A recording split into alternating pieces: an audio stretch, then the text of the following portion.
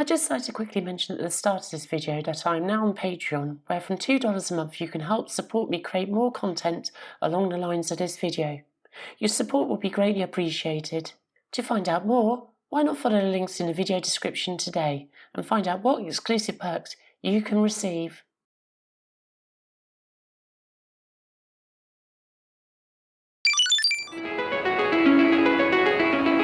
Hey there everybody, I hope you're doing well. Thanks for joining me for another video all about the pickups that I got in Morioka last weekend here in Japan. It's been really great to read so many of your comments, so keep on throwing them down. Be interested to hear what you've got to say at the end of this video. And for those of you who may be wondering, well, is this now just going to become solely a retro gaming or Japan focused channel? The answer is no. The pixel art and the graphics and the manga and the anime is obviously going nowhere. So I hope you enjoyed this video, and yeah, let's crack on. So the first game that we're going to look at today is Poppin on the Super Famicom. This has always been one of my favourite shooters on the system, and I've actually been looking to pick up a copy of this for a while. I was very lucky to find this for 1,000 yen in Yorazua, and yeah, it's just a fantastic shmup. None of the slowdown that plagued some of the early shooters on the system, and definitely a very enjoyable game. Extremely colourful. It's really hard though, and I'm a bit out of practice on it, so the gameplay footage will represent that, unfortunately. So yes, a really great game, and one that I recommend that you pick up.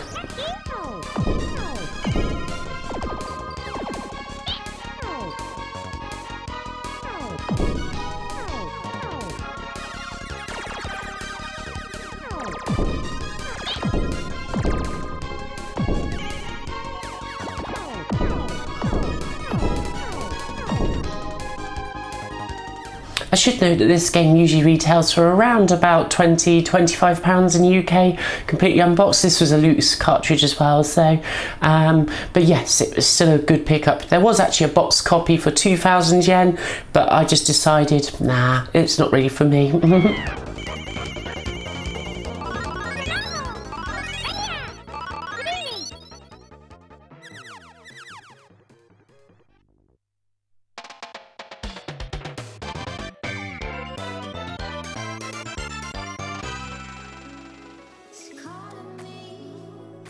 The next game that I picked up, which you would have seen mentioned in the video, was Donkey Kong Country 2, which I picked up for a measly 110 yen. That's about $1, so easily worth that. Now bear in mind, I've not actually played this for at least around about 20 years or so. I'm a little bit out of practice with it, but I'm looking forward to getting stuck into this one. The best game in the series, if you ask me, although I did prefer the music in the first game. Again, you'll find plenty of copies of this all over Japan, so don't think that you've got to buy the first copy that you see. Indeed, box copies are very easy to come by as well, so, and for not very much money, so don't immediately splash the cash on this one. There are lots of copies of it out there here.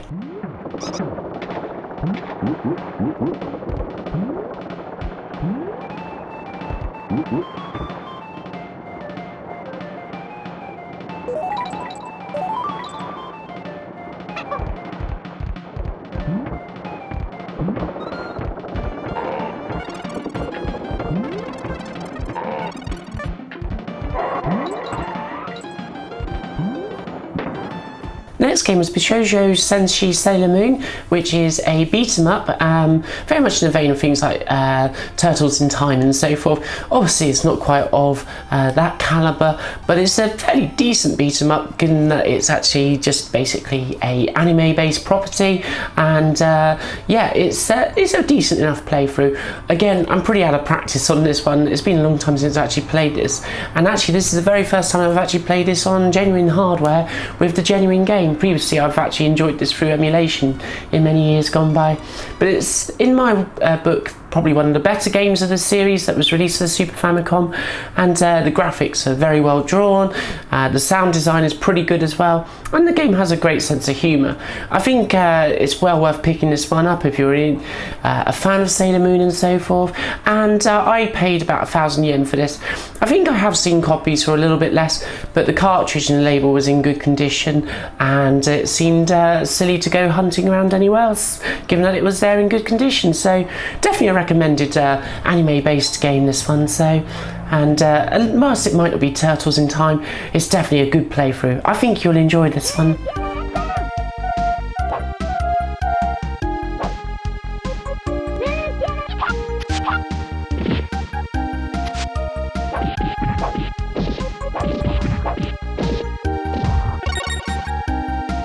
The next game was Kido Butoden G Gundam, which, yeah, try saying that after a few. Well, anyway, this is perhaps not a well-regarded game in some circles. I'd suggest that it's probably average, just above average at best, but it is a Gundam game, and I didn't have any Gundam games, and most of those before this were even less worth picking up, but this was cheap. This was 600 yen. Whilst I did see Mobile Suit Gundam Wing Endless Duel in Yoruzuya, and in fact you had seen it in the video, its price was just a little bit rich for me, but I will be picking it up at some point. But for the time being, this plays fairly well. The controls are just a little bit sluggish at times, particularly when it comes to actually jumping. I think there's just probably a few too many frames of animation that don't occur quick enough, but from what I've enjoyed so far, it's a half decent beat 'em up, so based on the Gundam properties, so yeah, it's a bit of fun. So, and for 600 yen, it wasn't that bad a game to pick up. You'll also see that the graphics are fairly decent, and the sound design is okay, I would suggest. Some of the tracks are definitely better than others, and some of the special moves appear to be a little bit hard to pull off, but we'll keep practicing nonetheless, so...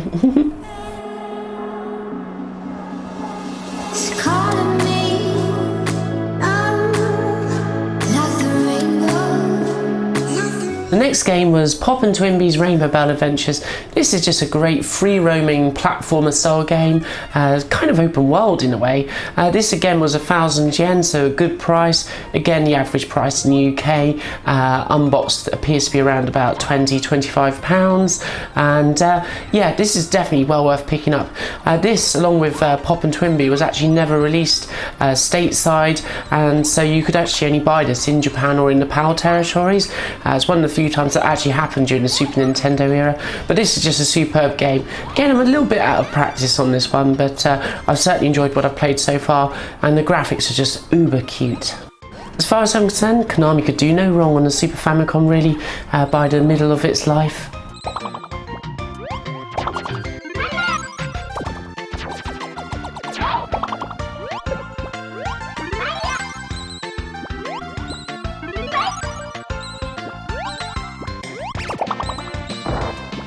The next couple of games are Pokemon games, or Pocket Monster games. These lovely box copies were found in Book Off for a measly 284 yen a piece, so absolutely nothing.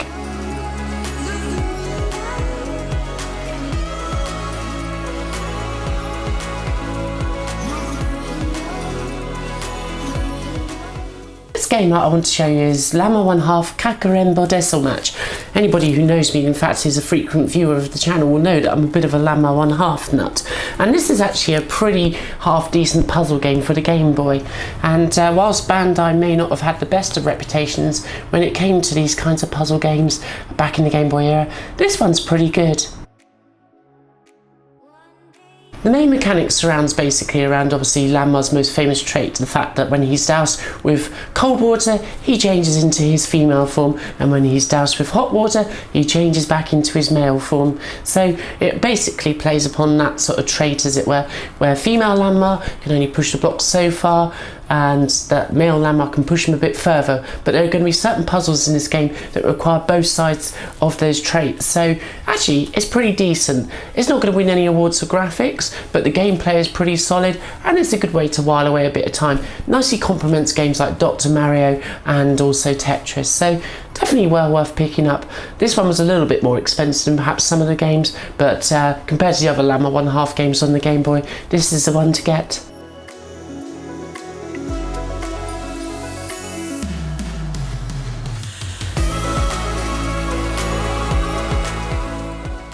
Okay, the next game should be no surprise for any of you. It's R-Type, and those of you who have seen my review will know that I absolutely love R-Type, and it has to be said that R-Type on the Game Boy is an exceptional conversion. The only downside to it is that it actually lacks two of the original game's stages, so I believe from what I've played so far that stages 4 and 5 are missing from this, but still, no matter what I've played so far, it's immensely enjoyable. And of course certain things are slightly cut down from the original game, but this gameplay in this is smooth, the sound design is great.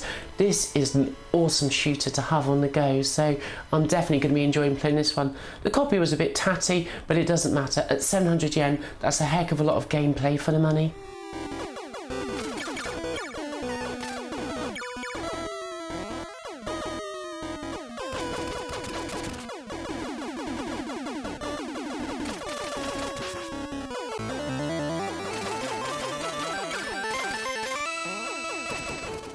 Our next game is Super Mario Land 2, 6 Golden Coins. Now pretty much everybody who had a Game Boy back in the 90s would have probably have had this game or borrowed it from a friend who did have it at some point. Now this is just a superb platform game on the Game Boy, and the actual graphics were just so much beefed up over the original Super Mario Land, leaving the gameplay intact. It's hard to believe they managed to squeeze so much out of the Game Boy. Next game is Seiken Densetsu Final Fantasy Gaiden. This is essentially the prelude to Secret of Mana or Seiken Densetsu 2, and it squeezes a lot into the Game Boy's form factor.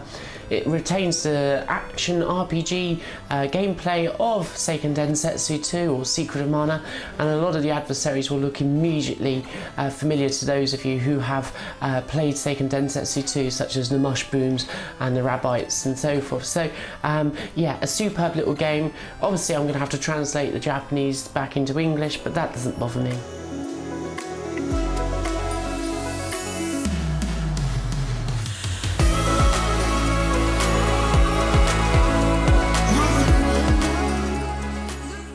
My next pickup was Wario Land or Super Mario Land 3, another superb game that really just changed the whole Super Mario world on its head, as it were, by introducing Wario to the world improperly after we first saw him at the end of Super Mario Land 2.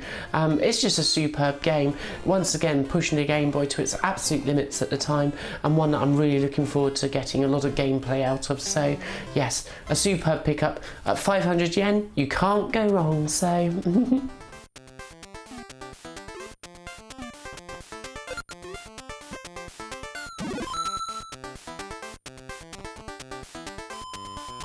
And so we come on to the ultimate pickup of the whole time I was there.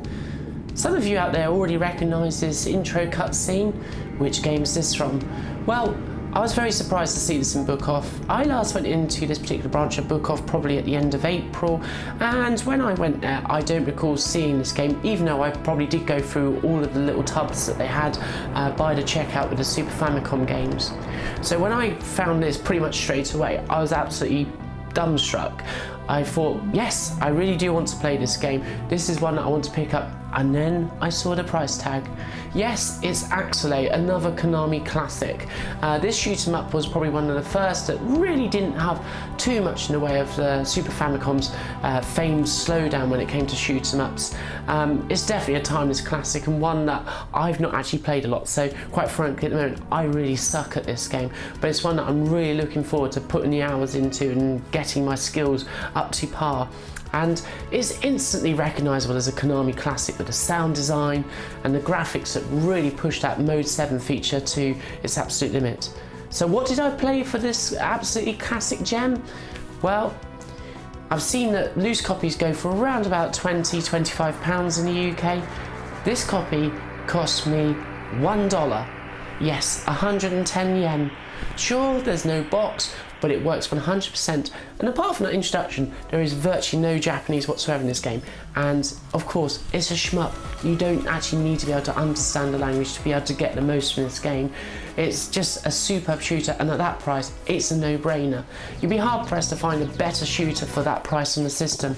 Sure, there are games like Super Leste which might be a little bit better, or Space Mega Force as you may know it on the Super Famicom, but this is definitely well up there, and as I say, for the price, unbeaten. This was the find of the day, and it's great to now say that I have this cartridge in this collection, so I'm looking forward to playing this tonight.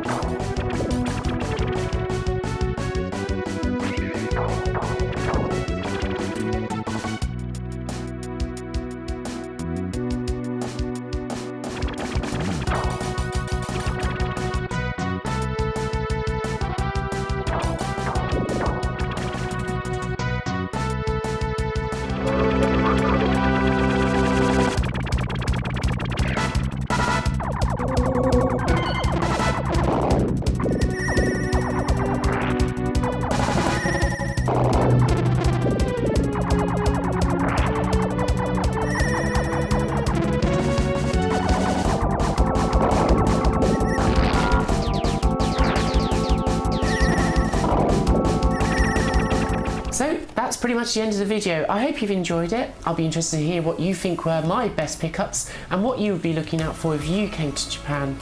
Anyway, I think that wraps it up for this video. So I guess all remains for me to say is see you soon. Peace.